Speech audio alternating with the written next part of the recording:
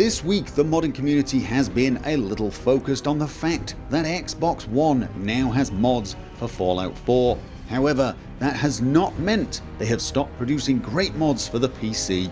Welcome to episode 26 of the Fallout 4 Mod Vault.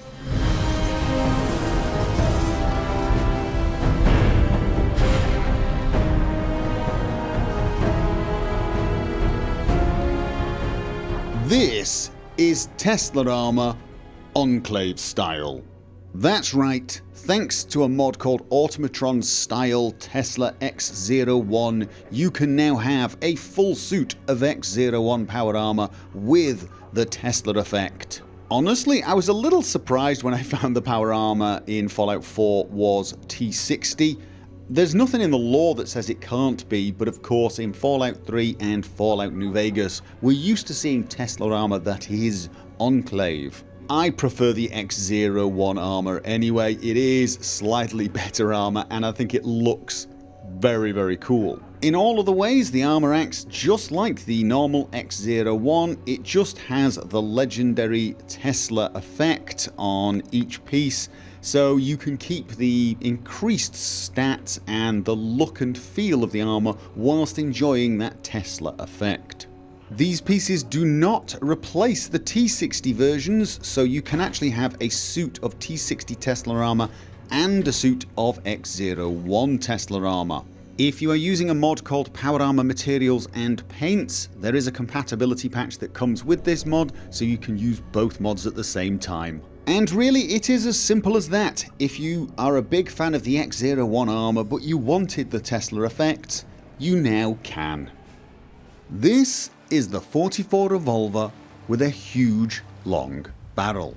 Now I realise at this point many people have simply stopped listening and are busy desperately trying to come up with the most original rude joke possible. However, on the off chance that there is somebody out there listening, this weapon can now be modified to give it, yes, a super long barrel. It's crafted like any other barrel and it does require Gun Nut 3, and it will give you a massive boost to range, which is not really that big a surprise. And that's all there is to it really. You know, it still shoots just like a revolver. As you can see, this one is an exploding revolver. It's one of the legendaries, so you can do it to your legendary weapons. The reload works perfectly and it just behaves as any 44 revolver would, except it's probably going to invite way more humorous jokes. Now, I mentioned a mod called Power Armor Materials and Paints, and it occurs to me that you may not actually know what on earth that mod does. Well, what it does is pretty damned simple. It allows you to have both a material mod and a paint mod at the same time. So for example, you could pick something like lead plating with all of its radiation resistance, and then on top of that, give it a nice blue Vault-Tec paint job. You could take titanium plating and then choose the military paint. The mod seems to work just fine with other mods that add paints for your power armor. I tried it out with Commonwealth Rascal paint and the Power Armor HD paint. They worked without a problem. Now this does seem very reasonable. I mean, there's nothing wrong with having a material and then putting paint on top of it. However, you do get the bonus, the benefits of both mods. So for the titanium plating, you get the extra armor health, and for the Vault-Tec paint, you get the charisma.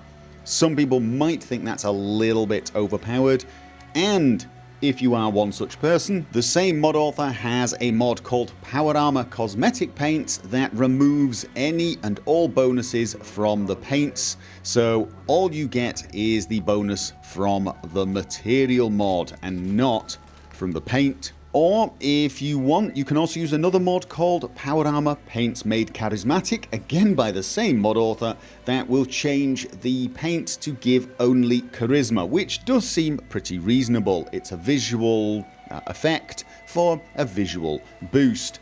This will not give charisma to paints that you have got from other mods such as Commonwealth Rascal or Power Armor HD, but you can choose military paint Vault-Tec paint, winterized coating, and it will just give you a charisma boost.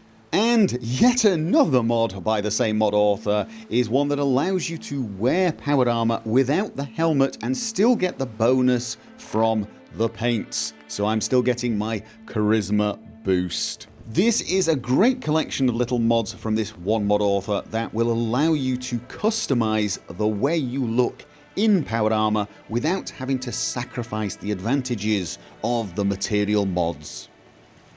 Most settlement builders probably already know that whenever a settlement comes under attack, it doesn't always come under attack from outside. And I don't mean you've got synth spies who suddenly reveal themselves and attack. I'm talking you might get super mutants magically appearing inside your settlement. Or in the case of Nordhagen Beach for me, inside structures. Whenever I get attacks now, there's about a 30% chance that 2 of the super mutants will appear trapped inside there, which is kind of amusing, but it's also kind of annoying. You build your settlement, you put all your defences, you build some walls, and you expect enemies to come charging at the wall, not magically teleporting inside. Well, unless of course they're the Institute. However, a mod called Settlement Attack Beyond moves those spawn points to outside the settlement build boundaries, so there's no chance of those attacks occurring within your walls. But it's a little difficult to show you this mod because of course the spawn points are invisible. That's where a mod called Settlement Management Software comes in. It's a mod that adds a holotape that will let you manage your settlement. Now I've not done a full review of this mod yet, even though it does look very good, because I've got one feature not working properly with it, and that is the highlighting of settlers. I'm pretty sure it's my own fault, I just haven't figured out how to get it working. However, this mod is really good, and I will do a full showcase of it once I get things figured out. However, the feature that I want to show you that we need for this particular scenario works just fine. If I load the holotape into this terminal and start the program and go to tasks, I can actually mark all the attack spawn points, and as long as I have the heads up display markers set to on, I will be able to see where those spawn points are. And as you can see, there is the guilty party. If you, like me, generally play without that, it's called show floating markers on, and you've forgotten where the hell it was, because I did very briefly, it's there under display, show floating markers.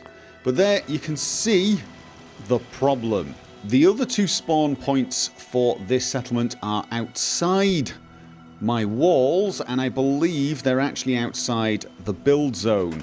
There you go. So they are not a problem. Anything that spawns will spawn outside of the build zone and therefore outside of the walls.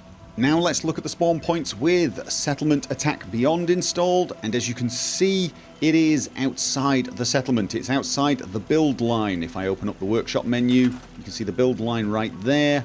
No more super mutants spawning inside my defense wall. However, the other 2 spawn points are unchanged because they were already outside the settlement build boundary.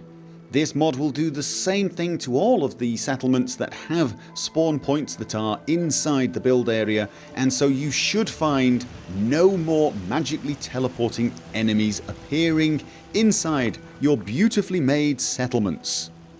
And that is about all we have time for this week. But seeing as we now have Xbox mods, I would like to take a few seconds to discuss what I will be doing, vis-a-vis the console modding scene.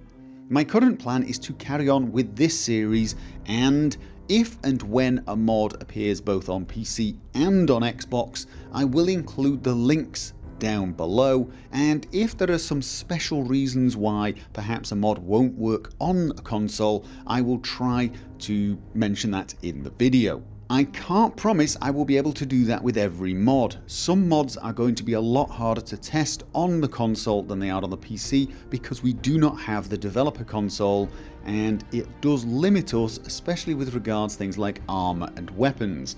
We can't just magically summon them and test them out. However, I will do my best to keep console modders up to date on all the latest information. As you can see, we're ending with more screenshots that you guys have been posting, and I would like to thank you once again for doing so. They are great. If you would like to post an image of your own for me to use in these videos, I will leave a link down below that will take you to a video that shows you exactly how you can do that. I hope you guys can join me next week for yet more great mods. I look forward to seeing you there. And until then, remember, as always, have fun.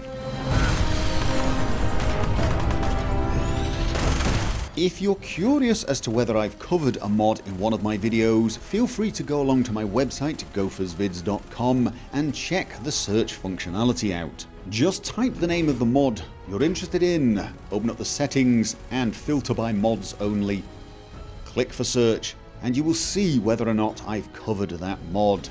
Click on the mod and it will also show you any of the videos this mod appears in.